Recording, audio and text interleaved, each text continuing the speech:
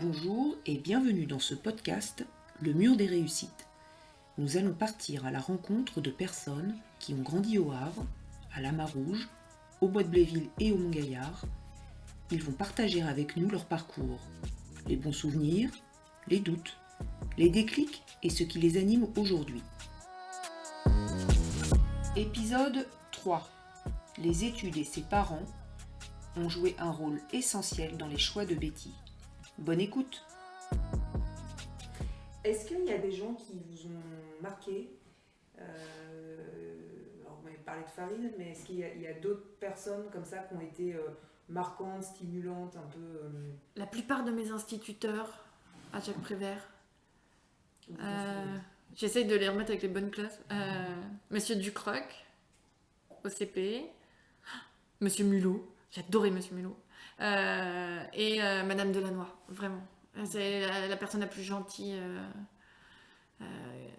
Et voilà, avec, c'était vraiment de chouettes maîtres et maîtresses. Parce que C'était tout. J'ai appris dans la bonne humeur, de manière voilà, très ludique et joyeuse, et c'était un plaisir d'aller à l'école tous les jours. c'est pas mal. Ouais, c'est très honnêtement, je trouve. C'est de tout ce que je peux me souvenir de l'école, ça a toujours été voilà, une joie.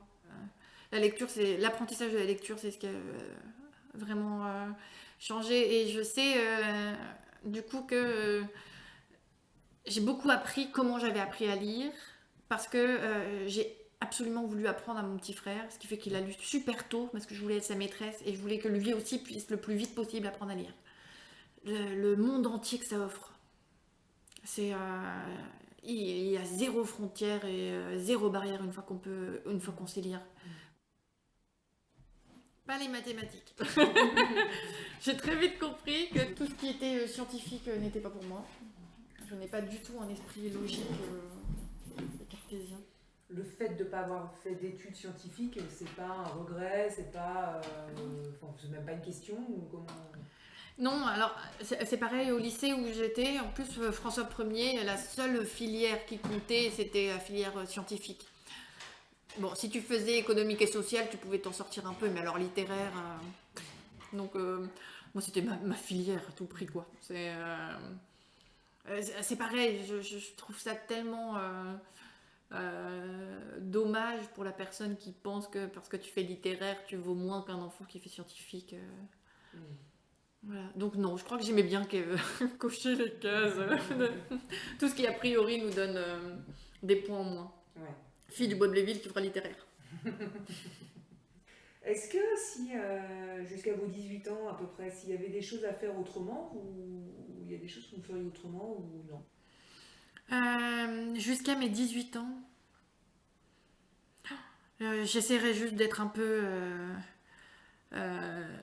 moins stressée sur les diplômes. Ouais. De me dire que j'ai travaillé bien toute l'année, que j'ai pas besoin de monter à un tel niveau d'angoisse.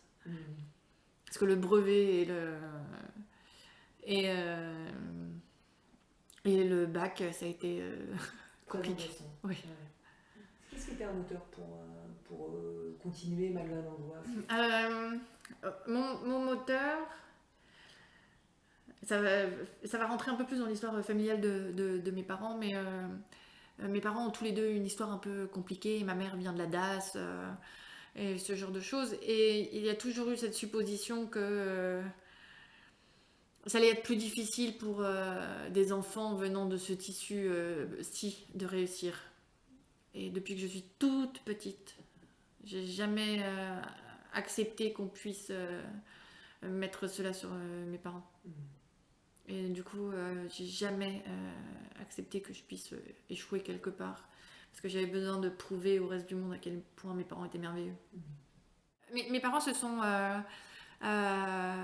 tellement battus pour que mes frères et moi on puisse faire absolument tout ce qu'on souhaite dans nos études. Et c'est compliqué. Mon père était cheminot, ma mère une femme de ménage au foyer. Et puis après, on a la chance que j'ai été boursière et que du coup ça a permis de payer ma petite chambre étudiante sur le campus, parce que sinon ça aurait été un peu compliqué.